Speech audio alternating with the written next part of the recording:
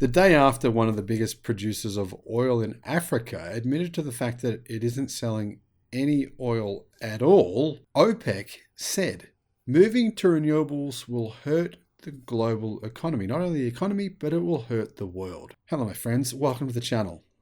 Are you surprised to hear this stuff? I'm not surprised at all. It's sort of like the whimpering of a company on its last legs. Now, I know OPEC isn't technically a company, but it sort of is. Now, the thing is, it's actually ExxonMobil here. Darren Woods, the CEO of ExxonMobil, has urged companies to stop focusing on renewable energy because it won't save the climate. And he warns that it will be a huge mistake to be picking winners and losers and focusing on specific technologies. Shouldn't be done. Instead, we need to look more broadly and let the markets figure out which solutions deliver the most emissions reductions at the lowest cost.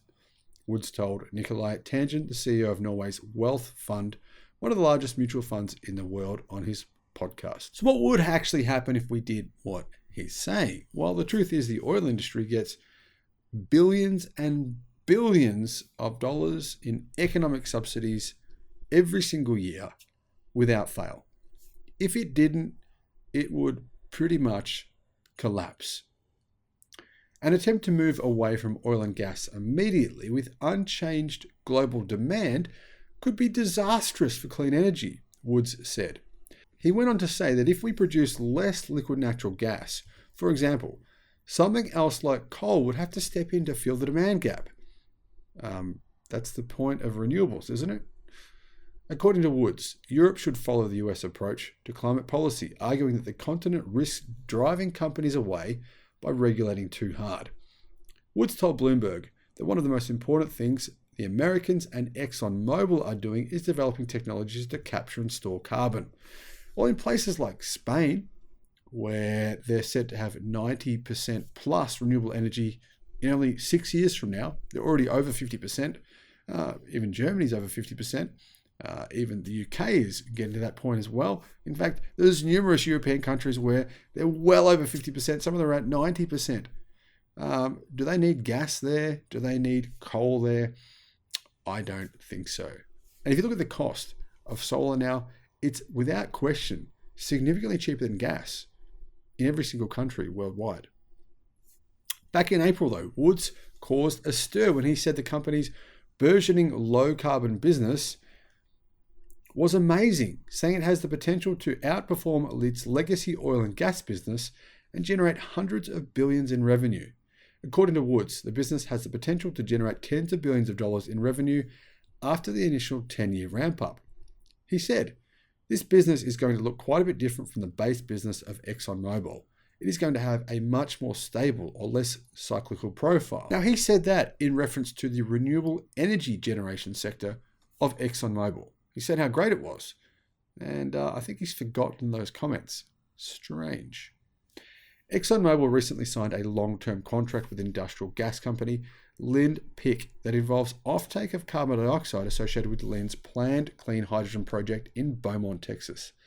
Exxon will transport and permanently store as much as 2.2 metric tons per year of carbon dioxide each year from Lind's plant. In February, Lind unveiled plans to build a 1.8 billion carbon capture complex, which will include autothermal reforming with carbon capture and large air separation plants to supply clean hydrogen and nitrogen.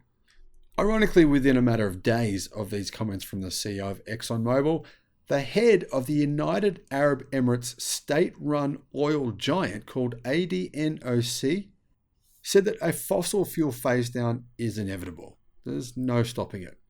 The phase down of fossil fuels is inevitable. The speed at which this happens depends on how quickly we can phase up zero carbon alternatives, while ensuring energy security, accessibility, and affordability. Now, interestingly, speaking of gas, despite the lowest natural gas prices in more than 2 years, Europe's natural gas demand has continued to be weak, and it fell in May from a year earlier as industries are slowing and major economies enter a recession. At least that's what the oil and gas industry would like you to believe. The reality is here that actually energy demand is higher than it was this time last year. It's increased but the demand on gas has decreased. The key reason for this is because of the build-out of renewable energy in Europe. Natural gas demand in the biggest European economies, Germany, the UK, France, Italy, Spain, and the Netherlands, dropped by 9.7% last month compared to May of 2022, when it was actually at a low historical demand rate as well. I mean, put it this way, this time last year, Europe's gas demand was depressed by soaring natural gas and spot liquid natural gas prices, and calls for energy conservation to cope with the winter without most of the previous Russian pipeline gas supply. This year, the price of gas has come down significantly from the levels before the energy crisis that began in the autumn of 2021 and peaked in 2022 after the Russian invasion of Ukraine. However, the lowest prices in around 2 years haven't spurred gas consumption because, well, that energy is coming from other sources. And it's never going to go back to gas. Once it's moved to renewables, it won't return. Now, of course, the media will tell you a different story. They'll just tell you the economies are shrinking and electricity is in less demand. But the truth is, it's actually not compared to last year. It's very similar. The truth is here, gas consumption is declining. So is coal consumption. It's also declining. And the key reason this comes down to is the cost of renewables is declining at an even faster pace than we've ever seen in the world's history. If you look at the average cost of energy from wind, the same as solar, it's come down enormously over the past 6 months. Add that to the declining cost in batteries, and you have the perfect storm for the death of fossil fuels. Okay, maybe not the death, but the declining consumption worldwide. Let me know your thoughts in the comments. Thank you for watching.